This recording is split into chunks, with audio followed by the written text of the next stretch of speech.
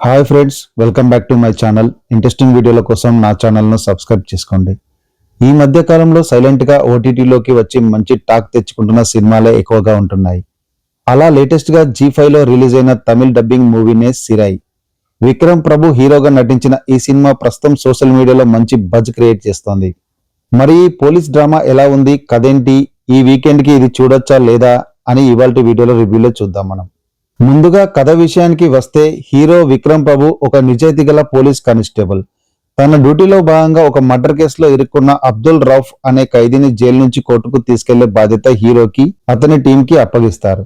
అసలు ఆ ఖైదీ ఎవరు, అతను నిజంగానే నేరం చేశాడా, ఆ ప్రయాణంలో హీరోకి తెలిసిన నిజాలేంటి, చివరికి ఆ ఖైదీని కోర్టులో హాజరుపరచాలా లేదా, ఈ జర్నీలో ఏం జరిగింది అనేదే మిగతా సినిమా. సినిమా ఎలా ఉందంటే, ఒక మాటలో చెప్పాలంటే ఇదొక రా రియలిస్టిక్ పోలీస్ డ్రామా. విక్రమ్ ప్రభు యాక్టింగ్ చాలా సెటిల్డ్ గా ఉంది. ఓవర్ యాక్షన్ లేకుండా ఒక కానిస్టేబుల్ పడే ఇబ్బందులను, ఎమోషన్స్ ని చాలా బాగా చూపించారు.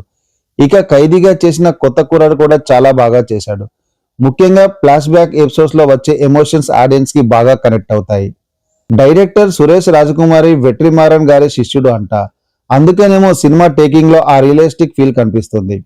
ఫస్ట్ హాఫ్ అంతా పోలీస్ ప్రొసీజర్ జర్నీ మీద నడుస్తుంది. సెకండ్ హాఫ్ లో వచ్చే ఎమోషన్ ట్విస్ట్ చాలా బాగున్నాయి. అమాయకులు కేసుల్లో ఎలా ఇరుక్కుంటారో, సిస్టమ్ లో ఉండే లోపాలు ఏంటి అనేది కళ్ళకు కట్టినట్టు చూపించారు. క్లైమాక్స్ లో వచ్చే సీన్స్ గ్రిప్పింగ్ గా ఉంటాయి. మరి మైనస్ ల సంగతి చూస్తే, సినిమా స్టార్టింగ్ చాలా స్లోగా అనిపిస్తుంది. కమర్షియల్ సినిమాలు, ఫైట్లు, పాటలు కోరుకునే వాళ్ళకి ఈ సినిమా కొంచెం బోర్ కొట్టవచ్చు. కొన్ని చోట్ల నెక్స్ట్ ఏం జరుగుతుందో మనం ఊహించవచ్చు. లాజిక్ మిస్ అయిన ఫీలింగ్ కూడా అక్కడక్కడ కలుగుతుంది. డబ్బింగ్ క్వాలిటీ పర్లేదు, కానీ కొన్ని చోట్ల నేటివిటీ మిస్ అయ్యింది. టెక్నికల్ గా సినిమా డీసెంట్ గా ఉంది. జస్టిన్ ప్రభాకరన్ మ్యూజిక్ సినిమాకి పెద్ద ప్లస్. బ్యాక్గ్రౌండ్ స్కోర్ సీన్స్ లోని ఎమోషన్ ని ఎలివేట్ చేసింది. కెమెరా వర్క్ చాలా నేచురల్ గా ఉంది. రియల్ లొకేషన్స్ లో తీయడం వల్ల ఆ మూడ్ బాగా క్యారీ అయింది.